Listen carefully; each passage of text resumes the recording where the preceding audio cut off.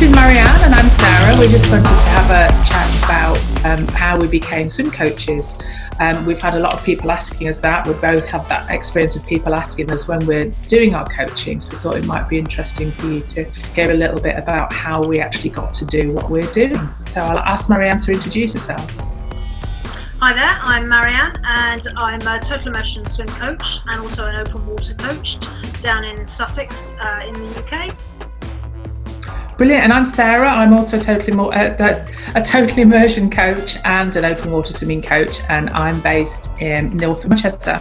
I've got a swim studio called Swimmingly, and I do primarily work with adults, teaching anybody learn to swim. So I just thought it'd be interesting, Marianne, just to talk a little bit about our swimming background, because there's a common perception with swim coaches I've come across, I know you have too, that all swim coaches have come from a competitive swimming background. And I know that's not my background, and I don't believe it's yours either. No, that's right. No, I wasn't a pool swimmer or club swimmer as a youngster. I actually got into open water swimming when I was, funnily enough, at Manchester University, but as a mature student, about 14 years ago. And had not had any coaching, no experience of open water, and signed myself up to a 2.5k Windermere swim. Wow. It was actually the first swim that the Outdoor Swimming Society put on in 2006, and I just, bought myself a wetsuit and did the swim and just absolutely loved it. Just the open water, feeling, sort of free and enjoying the amazing scenery outside. And that started my journey, and I got into competitive open water swimming, but not to any serious level, back in 2006. Fantastic. No, I'm similar really. I mean, I've always swum, I've always enjoyed swimming. Never been the top of never been particularly competitive with it like that. But again, I started open water swimming quite a few years ago, now probably around the same time that you did, and really loved it and was actually okay at it. I'm quite good at keeping going. If you give me a lake, I'll swim till it stops. I'm never going to win a race, but I do love, like you say, love the scenery. I love the whole experience of being in the open water. And that really inspired me to look further into swimming and what opportunities were available. So from sort of that love of open water swimming and a desire just to maybe speed up a bit and be a bit more efficient, so I went and discovered total immersion swimming just by chance. I just was Googling swimming and swimming techniques, and I came across total immersion. And I went down to the Midlands and learnt this new technique, and it kind of changed everything I knew about swimming and everything I understood about it, and made me a much, much better swimmer. So how did you find out about total immersion? How did you change your swimming? So initially, I just went to a local swimming pool and found a coach, ASA coach, as you normally do at the sort of local leisure centre, and I worked with him for about a year and a half, and he improved my swimming. But then I started swimming 5k swims in the pool. He was getting me to do 5k swims, and I had a shoulder injury for about a year, and I had to have a year off swimming. And then I really enjoyed my time with him coaching me, and I thought, actually, perhaps I could do this. I'd love to work sort of with triathletes and open water swimmers, because open water is really the thing I loved. So I started looking into coaching, and I actually did the ASA Level 1 coaching course, first of all. But it was all based around club swimmers, and I had some experience in a local swimming club and volunteered there, but it wasn't my type of swimming. I didn't really enjoy it that much. So then I thought, well, perhaps doing the triathlon coaching course would be more akin to the sort of way I want to go. So I did the Level 1 coaching course for that, but I didn't really learn anything more about swimming. I enjoyed the course and doing the three sports. That was fun. And then during this time, I'd started to look on the internet, and I think I had the Total Immersion book, but I had never really read it. So I started looking into Total Immersion, and I signed up for a workshop, a one-day workshop where you sort of introduced to all the sort of foundational skills for swimming, and it just blew my mind away. I learned more in that one day at that workshop than I had on those two sort of coaching courses, Level 1 coaching courses, and I thought, this is it. This is the way I want to teach swimming, and also work on my swimming myself. So it was just a revelation, basically. that workshop. Yeah, I can totally relate to that. And once I'd sort of practiced total immersion myself for quite some time and saw the impact that it had on my swimming and what I was able to do that I wasn't before, I thought, right, let's just pursue this a little bit more. So I went and trained as a swimming teacher. So I got my level 1 and level 2 swimming teacher, but I couldn't actually teach because I didn't agree with the way it was being taught, and the total immersion stuff was in the back of my head all the time. It's like, why are we teaching kids to do that when actually there's a much better way of doing it? So what I discovered very quickly is the two methods were not compatible as far as teaching it for other people went. So I did an open water qualification as well, and that was a bit better because I was able to that was more about open water as an environment rather than actually the skills of swimming, if that makes sense. So I was able to use more of the stuff I understood about good swimming and apply that to the open water environment. So I was doing coaching locally on open water coaching. And then out of the blue, I got an invitation from one of the total immersion coaches to attend a half-day workshop, a smart speed workshop. So it was about swimming faster, using tempo trainers and looking at being more efficient in order to swim faster. And I just, out of the blue, made a decision, which these things sometimes just happen, don't they? These opportunities arise. And it was a split-second decision. It's like, I'm going to get up at 4 o'clock in the morning, I'm going to drive to London, I'm going to do this half-day workshop. Why not? So I did.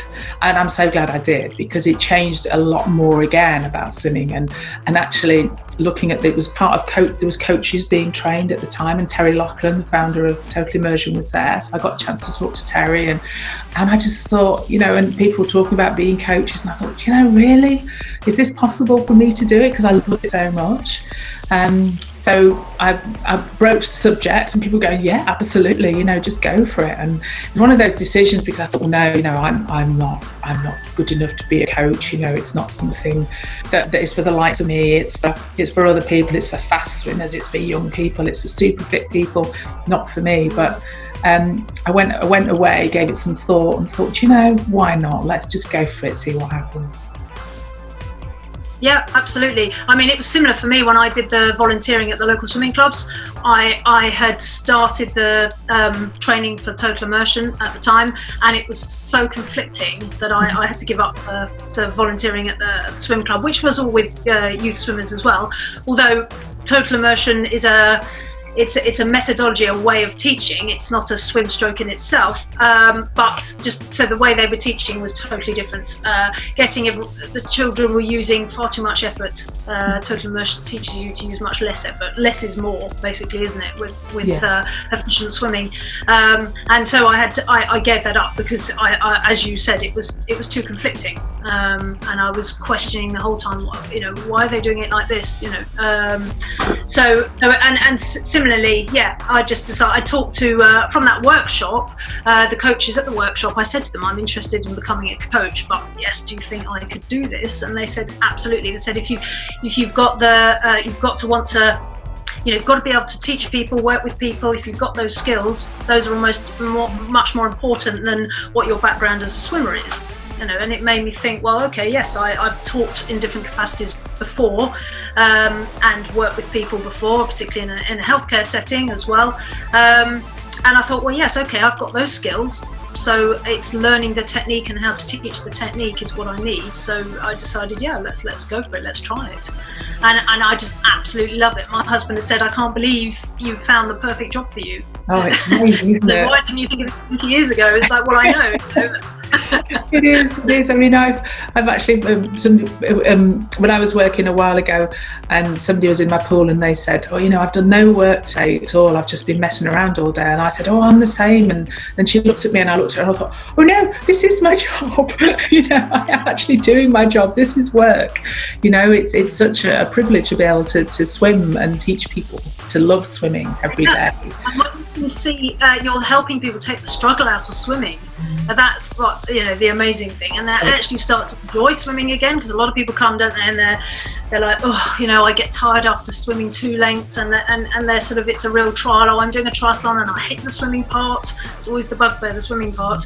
And then they go away and they're, they're really enjoying it. They love practicing. It's not a bore anymore, and just to sort of give people that, love of swimming back, let alone some skills as well. I just absolutely love it. It is. It does feel like a real privilege, doesn't it, to be able to do that? And, you see swimming changing people's lives, and it's changed mine, because it's totally changed my career. I mean, before I was a swimming coach, I ran a business providing training and consultancy for like values-based businesses, so cooperatives, credit unions, things like that. So some of the skills transferable, but a totally different thing. I mean, if somebody had said to me, 10 years ago, you'll be teaching sport for a living, I'd be like, what, really? Amazing. Because were you involved in health work before, in the health service? Originally I trained as an occupational therapist. Right. I worked for about 3 years, but I've got a congenital knee condition, and unfortunately, being on your feet doing ward rounds, I found it too physical, so I had to give that up.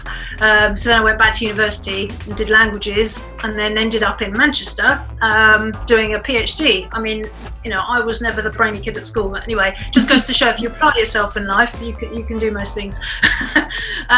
So then I was a student for about 10 years, and it was actually at Manchester when I was doing my PhD that I got into the open water swimming. Brilliant. It's funny how things move in cycles. Oh, isn't it just? And you never know, do you? So, one of the reasons I wanted to sort of talk to you and talk to people about this is that it's all about taking those opportunities, because you never know, and having that belief in the fact that, I remember when I learned to swim, when I learned total immersion technique, and the coach that taught me, I was like in awe of them. It's like, how amazing, what an amazing life you've got teaching this to people. It would never occur to me back then that was something that I could do. And so you've got to have that self-belief, haven't you? You've got to be willing to take the risk and just go for it. I mean, it can be a risk. And I don't know about you, but I never set out to do, I didn't ever think I'd probably do this full time. It was going to be something that I did alongside my other stuff. Absolutely. Became busy enough to do it full time, which is amazing. Yeah, absolutely. That was the thing that I was amazed. And I know my husband always thought it was just going to be a nice little hobby. He was amazed when I started doing it full time. So, wow, you're making a business out of this. So have you got any suggestions for anybody who might be thinking about changing their career and perhaps looking at swim coaching or something else? Because this is, that just happens to be swim coaching we're talking about. It could be anything, Yeah, I think, as you've said, definitely having self-belief. And I think you've got to really enjoy the thing that you want to do, whether it's the coaching or whatever skill or job it is. I think if you really love that, then you should just go with that. Because that's what I've found. And as you say, I never expected to do this, but I love the open water swimming. I enjoy the competitive open water swimming side of it. And I love helping people improve their swimming. So I think you've got to be motivated and really love what you're doing. Not do something because you think you should, but do it because you love doing it. And believe in yourself. You may not have all the skills, and definitely one thing to take on board is that you're always going to improve.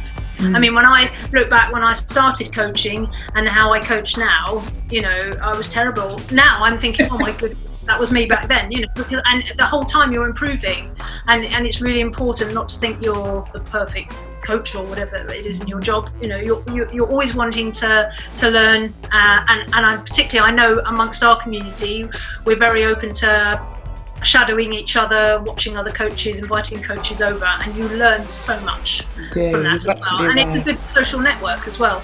Yeah, it's great. I mean, you're right. The learning never stops, and learning about what you're teaching others, but also about yourself and about your own swimming as well. And things that you can work on there. I mean, one of the sort of way we work, isn't it, that we're constantly improving. It's that Kaizen approach where we're looking for constant improvements. So that applies for me anyway. I'm sure for yourself it applies to my own swimming, but also to the way that I coach others as well. to make sure that we're constantly learning, constantly evolving and developing what we do. Because swimmers know that we're improving our swimming as well. And we're not perfect swimmers ourselves. We've always got things to work on. I wish we were. Yeah. But no, I mean, that's the great thing about it, isn't it? And it is about that self-belief and about taking the risk and, you know, just going for it. And the thing that makes you happy, like you say, if you I think you're the same. We've found a job eventually. I mean, I'm, you know, getting on with it, and it's taken me a lot of years to find what I absolutely love, and I'm lucky enough to get paid for doing that, which is just amazing. You know, and whatever it is, that it's all possible, isn't it? It's all possible. It's taking those opportunities. Yeah, definitely. And I think also, particularly maybe more for women, fitting it in around family as well. Not to choose when you can, the times you can coach, which is something that we have the flexibility to do. We can set the hours that we work, whether it's evenings, weekends, or during the week in normal office hours. Yeah, I mean, there's practicalities. You know, obviously you need access to a pool, which can be tricky to do, but it's not. You know, it's always possible to solve that. However you do that. So, and there are considerations around family and other commitments and things. But like you say, it's that flexibility as well that it gives you to be able to do what, you know, work when you can and when you want to and when it fits around everything else. And again, it's been so in that lucky position of being able to do that. Yeah. Great. I feel very lucky. Absolutely. Brilliant. Oh, well, thanks for that. And I think that's been really, really interesting, you know, because I don't know about you, but I do get asked quite a lot about sort of how I got to be doing it, and, you know, and the sort of the journey that coaches need to go on in order to you know, to get to that point where you're doing that for a living, which is for a lot of people, and for me, it was like I said before, it was an impossible thing, and it's happened. It's brilliant. Yeah, we've achieved it. Absolutely. Excellent. Right, so if we've inspired anybody, that's great. You know, been great to talk to you, Marianne. So I'll sign off and I'll speak to you soon. Okay. Yeah, great. Thanks, Sarah. Bye. Bye.